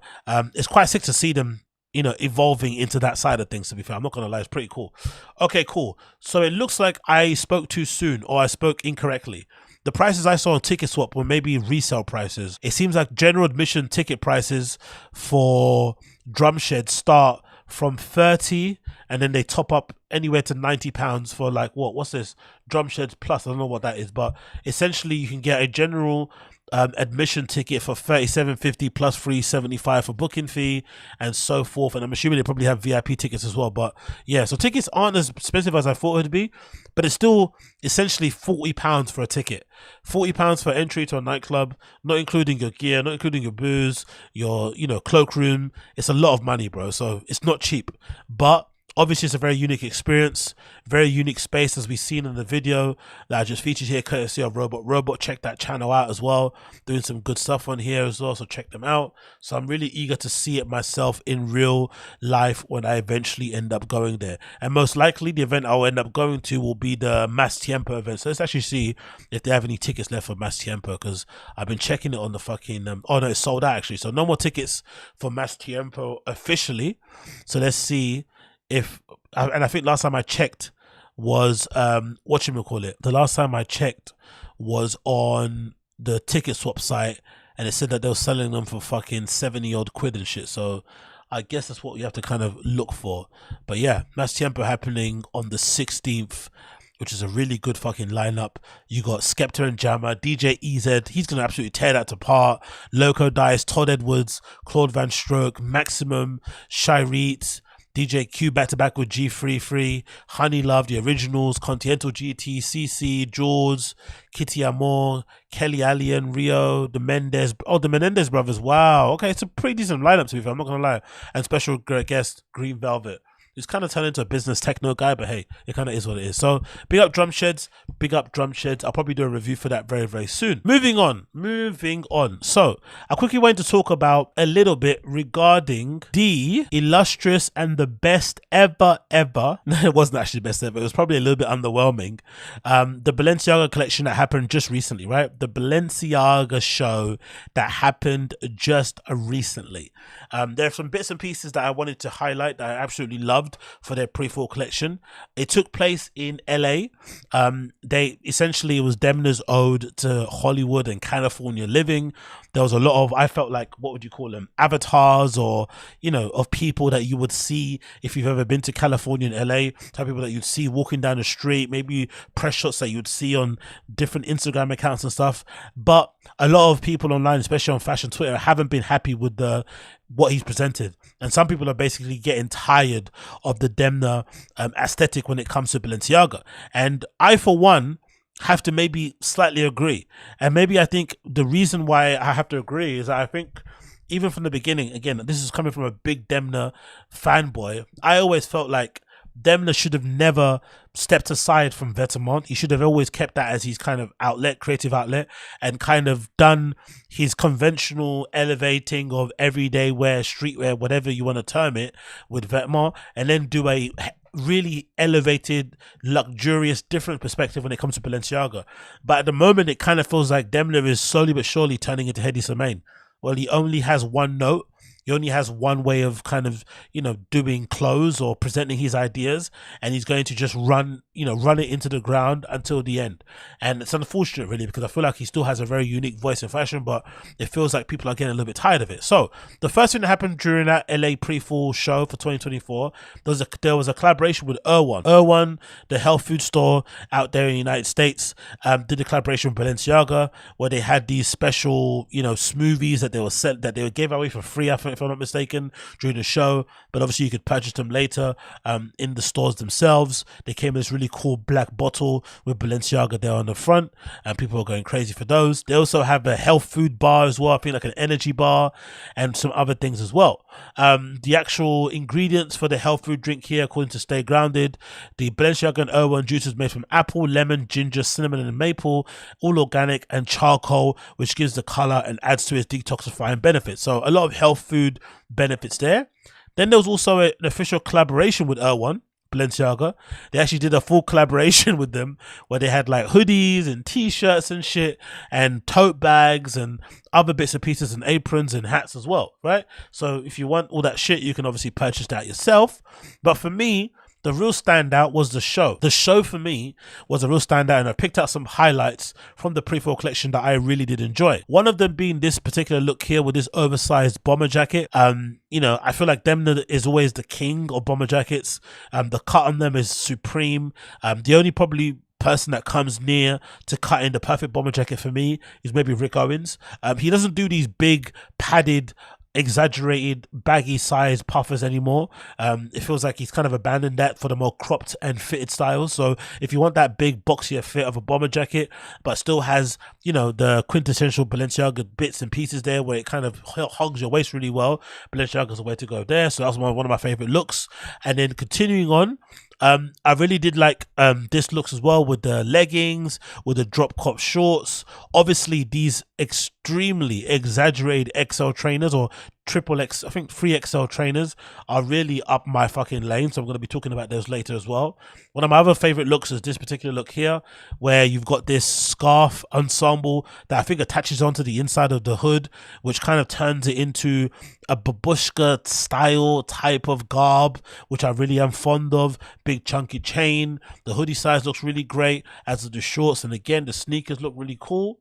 Obviously this look here with the pink ensemble is quintessential LA. It kind of looks like something you would imagine Paris Hilton to be wearing, right? With this cropped hoodie and the big sweatpants and these boots. When I originally saw these boots, I assumed that they were a collaboration with UGG. I thought Balenciaga collaborated with UGG, but essentially what they are, if you're aware, Balenciaga has this boot at the moment that's called the Alaska boot. It's really fucking nice. It's basically their version of a snow boot, and essentially what Balenciaga's done, they've morphed an UGG boot with that snow boot they've got called the Alaska, and they've turned it into a Balenciaga version of an UGG boot, which is really cool. So you have this really nice chunky sole, you have this really nice chunky design, and the boot comes up just underneath your knee as well. So it's really, really nice. And I feel like if you zoom in, I feel like it's like a pile lining as well on the inside. So they're really, really fucking warm. And they come in loads of different cool colors that I really like, to be fair. I'm really fond of those boots. I know some people won't like them, but I like them. Again, this tracksuit look, I like the look of as well. This zip hoodie that they do might be a bit of a sleeper. It looks like it fits really fucking well. Nice, slim on the arms, really short on the body, but also just doesn't look super tight. I don't know how to describe it. Maybe it's a tailoring thing or the way it's been cut. It kind of just fits perfect. So I really like the look of those, as does the velvet sweatpants. And again, those boots in the black looks incredible. So you've got them available there in the pink, and also you got them available in the black. I'd wear that, you know, obviously head to toe. You got the same look there in the red. I love the little addition there with the thong peeking out. Very dramatic, very extra. This big bag is really cool too. It's like a beach bag. You've got the whole mesh lining on the on the outside. Looks like a beach bag. And then you've also got the inside tote. That looks really cool. I'm sure this Erewhon coffee cup Balenciaga thing is going to be really expensive as well that they've got. I'm not really too mad at that. You got the same hoodie again, the same tracksuit look, sorry, in grey. And then you got the boots in brown, which again, even if you're not a fan of Balenciaga themselves, I think design wise these are really cool. Like it's like a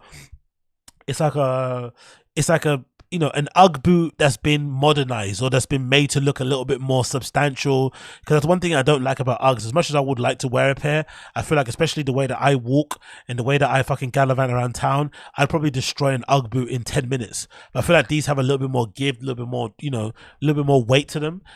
When it comes to the outsole, when it comes to the, you know, the construction, the build, whatever, they just feel like a little bit more substantial. So I'll probably go with, you know, go with these over an UGG boot. But obviously these are going to retail for far more than UGG. I'm assuming, because if I'm not mistaken, the Alaska boot is like 600, so I won't be surprised if these end up being like $1,000 or like near that. Do you know what I mean? So they're not going to be cheap. I love the color combination with this particular look. You've got this really nice neon long sleeve crop top, some short mini skirt with the black boots. I think the neon with the black is just a cool combo, and the white as well. So that would just be something that I'll probably borrow for my color palette when it comes to shit that I style with my own outfits. The all white look I'm all for. It's something I'm going to be definitely doing a lot going into the winter months, wearing all white when I go out, especially to raves, fuck it, just to kind of mix things up a bit. But this look looks really cool with the white boots, the baggy pants, and the baggy long sleeve turtleneck vibe. And I love those fucking glasses, right? The visors to keep your fucking, you know, dilated pupils from night of partying hidden from the fucking onlookers as you gallivant down the street. Again, a nice backpack there. Some of my favorite looks. Another one of my favorite looks is this exaggerated, really baggy shirt that's been teamed up with the boots as well, and what it looks like another twist on the Kaggle has been really popular too for Balenciaga. So I love the look of that also. And it kind of reminds me also of some woman that I remember seeing wearing a really baggy Tom Brown shirt with high heels. So I've always liked this look on women. Baggy shirt, nothing underneath with the boots on, so that looks really cool. Another really good look with the hoodie. Again, this design that Demna's kind of popularized, this idea of turning the sweatshirt into like a hood scarf thing. So it looks like that sweatshirt is connected to the inside of a hoodie. So when you put the hood up, you have the sweatshirt, you know, sleeves hanging from either side. I love the look of that. And again, the boots. And then you've got the overshirt again, I like, again in black. It looks really cool and baggy. And then you got one of my favorite looks. This is one of my favorite looks in the entire collection.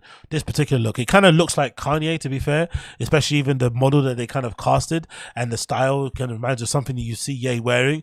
But this with the black boots, with the pants stuck, you know, tucked into the boots, the big baggy shirt, the hoodie with the sweatshirt on top of it, like design stitched in. It looks really fucking cool. I love everything about this look. One of my favorites on there. And then you've got another really good favorite look as well, which I like, which is these leather biker pants, which if I'm not mistaken are the same leather biker pants that were done last season, that were attached to those motorcycle boots. Instead of these, you're just taking off the motorcycle boots, you just turn them into leather biker pants. Again, a really nice look with a big leather bag. I love the contrast here again with the pants, with a different type of jeans, different finishes. You got a light wash on the left and a dark wash here on the right sleeve as well. And then you continue on. This is just in terms of a layering piece. I don't know, not something I'd probably wear, but in terms of looking wise, just like the addition of this top that looks like it has a t-shirt sewn on top of a vest, on top of a long sleeve. Again, maybe it's all one piece. I'm not really too sure how it's constructed, but I just love the look of that. It looks kind of, it looks a little bit, for lack of a better term, trampy, but I love it. And then of course you've got some really kind of quintessential Balenciaga looks here with these amazing pink ensemble there, and again the tight boots as well. And I really did love this suiting as well, with this exaggerated shoulders, with this kind of sateen type material, this loose fitting trousers. I think these will look really cool. Hopefully someone wears this on a red carpet one day. I really like that suiting option there. That was pretty impressive. And again, the same suiting option in a different material. Now I think there was 4 of these. Probably didn't need to put all 4 on the runway because it's just the same suit in different materials, but apart from that, I did enjoy most of it. And of course it ended how most Balenciaga show ends, with what looks like a wedding evening gown type of a garb. And I love the fact that it's got this really big funnel neck so that the participant is hidden from the glare of the paparazzi. And you've got the amazing little kind of high heel bag that can turn into a weapon as well if somebody tries it on you. So big fan of it. I loved it. But again, the main thing I loved about the entire collection is definitely the shoes. These sneakers, these 3XL shoes, I'm all over them. And I think these might be my replacements for my triple S's, because I'm still cut up that my original made in Italy Balenciaga triple S's died on me during the pandemic. Obviously I wasn't wearing my designer cool shit, everything was in storage, but I didn't put the gel packs into the boxes of the shoes I had, so a lot of my shoes died. And one of the shoes that died that hurts me to this day are my Balenciaga triple S's in the black. I had to throw them away because the entire sole was disintegrating, so I'll need to replace them. But so far the sneakers I've seen from Balenciaga haven't been that impressive, but these really tickle my fancy. They're very exaggerated, they're very enormous, very just impractical. They look kind of ugly, but they're really, really up my lane. And even more so when I saw the side profile picture of them, courtesy of this GQ article. If you scan down here on the GQ article, there's actually a side profile picture of them, and I think they actually look better side profile than they look front profile. If you see this one here in the grey, blue and neon type of colorway, they actually look quite cool there on the side profile, more so than they look on the front. But these are definitely a sleeper. This is definitely a shoe that you're going to see a lot of people buying. I think they're going to be a big hit this up and coming season when they end up going to the stores. These look really fucking cool. You've got some great colorways here. You've got this great black and grey colorway. If anything, I'd probably pick some of the ones with the lighter midsole. Maybe the ones that's featured on there, which I have on here, this page, right? With the black, with the quintessential running shoe featured, like, the greys and the blues and the white midsole and shit. I'd probably go over those in the all black pair, but they definitely look really cool. I love the look of them, to be honest. This might be my favorite thing from the collection. Those and those massive Ugg boot type things that I want. So the shoe, courtesy of Stay Grounded, says it's actually called a 10XL sneaker, not 3. So it's a 10XL sneaker. Absolutely wild. So you have this really big sole, so midsole. I'm not too sure if it's one of those shoes where it's a bit of a optical illusion, where maybe it actually is kind of, what's that word called? It is encapsulated, so the actual sole is somewhere around here, so it doesn't actually, it looks a lot more higher than what it actually looks like. So maybe your foot actually sits maybe quite low on the shoe, who knows, but I think it actually does sit quite high. I think that's the entire midsole is all this shit here, so they're really quite big. Really quite big, but I really fucking love them. And you got this really cool design here. It looks like a 3, but it's actually like a B on the side. Great little bits of paneling, and it kind of looks a little bit like a Balenciaga. Sorry, a little bit like an Asics that's been obviously, pumped up full of steroids. But I really do like the look of them. I think they look really fucking cool. I'm all over these. And obviously they've got the same pair in white as well if you want a pair. I think the all white pairs don't really look too great. I think I prefer them with the bits of color on the upper. But yeah, you got them available in the black and the white. But I think the color that I would probably go for would definitely be that kind of this colorway that's featured here. But yeah, the shoes definitely were the standout for me in this collection. As you can see, those Uggs and those boots there. And I really did enjoy it. I'm not going to lie. I thought this Balenciaga collection was pretty decent. But I can understand a lot of fans or a lot of kind of fashion critics in general being a little bit tired of the Balenciaga aesthetic. And I think a lot of it has to do with the fact that I don't think Demna has an outlet that he can. I don't know. I think part of it might be the fact that Demna doesn't have another outlet that he can maybe put some of this stuff in.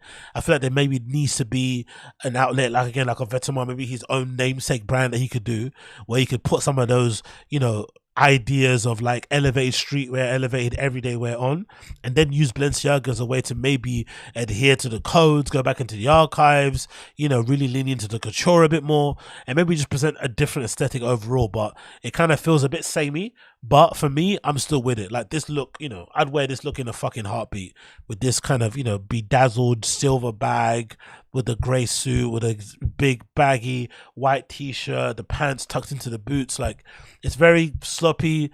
It's very, you know, it's very kind of it's kind of what you'd expect from fucking Balenciaga, but definitely it's still a bit fresh. It's something that you wouldn't get from any other fucking collection out there. And again, what a strong way to open the show, right? You got a guy walking, the first dude walking the runway with his top off on the phone with glasses on, something that you'd see loads of guys doing in LA, jogging down the street and shit. So I'm not really too mad at it in that respect. I think it did do a good way of kind of illustrating or representing all those dudes that you'd see walking around in LA out there, if anything. So yeah, big up Demna, big up Balenciaga. Can't wait to see those shoes when they eventually drop. Can't see them when they eventually drop. Okay, moving on from that one. What else do I want to talk about quickly from here? I quickly went to mention also the Stüssy Nike Air Flight lows. Again, I think Stüssy have always smashed it when it comes to Nike collaborations. I don't think they've missed so far. I also like the fact that they're taking chances, similar to what Supreme do. They don't go for like the easy models that will sell really well, like the Air Maxes that everybody knows. And the Air Flight 89s, I feel like haven't got a lot of love at all, if anything. They've been a very overlooked shoe, but definitely one shoe that I've always been a big fan of. So big up Stüssy for doing that. And obviously putting together an entire apparel collection as well. You've got some zip-up hoodies, you've got sweatshirts, you've got shorts, you've got bomber jackets, you've got t-shirts, long sleeves, really, really nicely done. Let's read the blurb here. It says, Nike and Stüssy continued a decade-long partnership, creating a capsule wardrobe for everyday living. A reversible take on the classic varsity jacket, sweat-wicking long-sleeve top, water-repellent shorts, and a section of co-branded roomy fleece pants. Still additional colors include Fireberry, Habanero Red, and High Voltage Keep Things Fresh. Stüssy has also done a new version of the Nike Air Flight, a late 80s basketball style in 3 colorways, featuring faux snakeskin and co-branding on the tongue. So you can see the shoe here, featured courtesy of Hypebeast. I think it's a really well done shoe, to be fair, in terms of collaboration. Again, like I said, I don't think Stüssy miss when it comes to their collabs with shoes. So we're going to get that put on the screen. Bear with me a second as it kind of loads. There we go. Go back again. I think I clicked the wrong thing. Let's go. There we go. Let's put it up on here. So this is the shoe that Stüssy have done with Nike. It's a Nike Air Flight 89s. There's pictures of Ye wearing them back in the day. I think maybe like 2015, 2017 era. But again, very cool, mid-sized basketball type of shoe that came out again in the late 80s. Definitely something that I've always been a fan of. Around the same time that you get the Air Trainer 1. So essentially it was a time when Nike were doing a lot of cross-training shoes. And this kind of fell in the same sort of remit. It kind of looks like the same shape as an Air Trainer 1, to be fair. I love the look of them. You got this really cool white and brown colorway with this faux snakeskin here on the, you know, on the mud guards. I think flaps, what you call them. And I also like the dyed, you know, midsole here. You got that kind of beige off-white midsole that will definitely age really well once you start wearing it, but they look really cool. And I also like the hit with the double S co-branded here on the outside eyelet as well. It looks really nice. And I think you might have some labeling on the tongue as well, no? Yeah, as well. That's really cool too. That's a really cool addition. You got the Air you got the Nike Air written here on the tongue, and then you've also got the Stüssy written in the script there, embroidered on the tongue underneath it. So you got Air Stüssy. It looks really cool. The brown colorway is really nice. You got the Air hit on the back, perforated toe box, nice quality of leather. Looks like a tumbled leather. Oh, the leather looks really, really good. I'm surprised. I didn't know the leather was going to be that good. That's a really good quality of leather. It's going to be nice, soft, tumbled leather. I love that you got this really cool piping on this bit with the brown. So this won't stain too easily too. That's a really nice detail. So probably might explain why the price is so high. The red might be the favorite color. That red, that pop of red is really fucking nice. You got this nice big pop varsity bright red going on there. Again, you got that nice midsole, very similar to like a Jordan 4. Essentially it's the same midsole as a Jordan 4 actually, if I'm not mistaken. Same midsole as a Jordan 4. You got this nice shape midsole, look good with shorts or with trousers and shit. So I'm really with these as well. And again, the the little swoosh at the top as well is a really nice hit. And I think the last color is it blue, if I'm not mistaken? It might be blue. Let's see what the last color is. I think it's a blue color. Oh no, it's a black. Okay, it's a black. I thought it was blue, but it's a black colorway as well. All black colorway, which might be my least favorite to be fair. I think I do prefer the lighter colorways. That white and the red colorway is fucking banging. But it's also an all black colorway with a black swoosh. Again, the leather looks really, really high quality. Again, it's always nice to have a black shoe with a white midsole to break up the blackness, and also the white laces too, kind of make it fresh. And I'm assuming they'll have extra laces as well included too. But they're already sold out anyway, so if you want a pair, you probably have to get them on StockX. Last time I checked, they were sold out on the Stüssy website. So, all sold out, every fucking size, every color, as you can see there. And they were selling for $145, so not that bad in terms of pricing. And again, one-off collaboration. They're probably not going to get retro anytime soon. So if you're looking for a pair of 89s, definitely check them out. I wouldn't say they're low. I'll say they're probably a mid.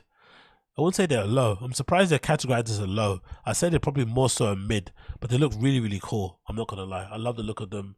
Really, really nice collaboration. And again, just very tastefully done, to be fair. And there's also a video too, promotional video they put together. I'm going to play for you here. It features some skateboarders heading towards an airplane as the engine of the airplane pushes them back. It's really fucking cool. Let's play the video now. Wake up, filthy.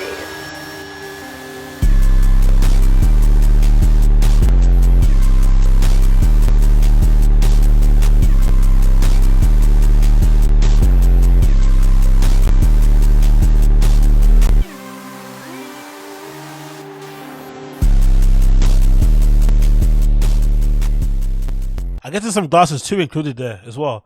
I saw some glasses too some models are wearing. Maybe the glasses are something that's coming out later, but there's some shades too that look really fucking cool. Even just the logo, Air Stüssy, that looks really fucking cool. I'm a big fan of that. So yeah, big up Stüssy. Always putting together some cool projects, always choosing interesting models, always challenging themselves and the consumer. And yeah, man, it's it's become maybe a very consistent brand, maybe even more so than Supreme. They're actually smashing it lately. I feel like none of their collections have really missed. Stylings are always on point, and yeah, just really, really tastefully done. And again, look how good these look on the skateboard. Look at them. They look fucking awesome. Such a good shoe. Nike Air Flight, Stüssy collaboration. Check those out if you're that way inclined. Check those out if you are that way inclined. But for now, that is it for me. Thank you for tuning into the Agostinho Zinga Show, episode number 731. I think it's 731. If it isn't, then I do apologize, but I think it is 731. If it's your first time tuning into the show and you like what you hear what you like, make sure you are sharing it. Leave me a 5-star review, liking if you're watching the live stream, or if you're on the audio side of the podcast, of course, leave me a 5-star review. That'd be greatly appreciated. As per usual, thank you for everybody tuning in. If you're watching this or listening to this via the live or via the audio side of the platform, you will hear my tune of the day playing underneath my voice. So make sure you check that out in the link via the description, and I'll see all you guys again very, very soon. But for now, take care. Thank you for hanging out, and peace out, my friends. Peace out.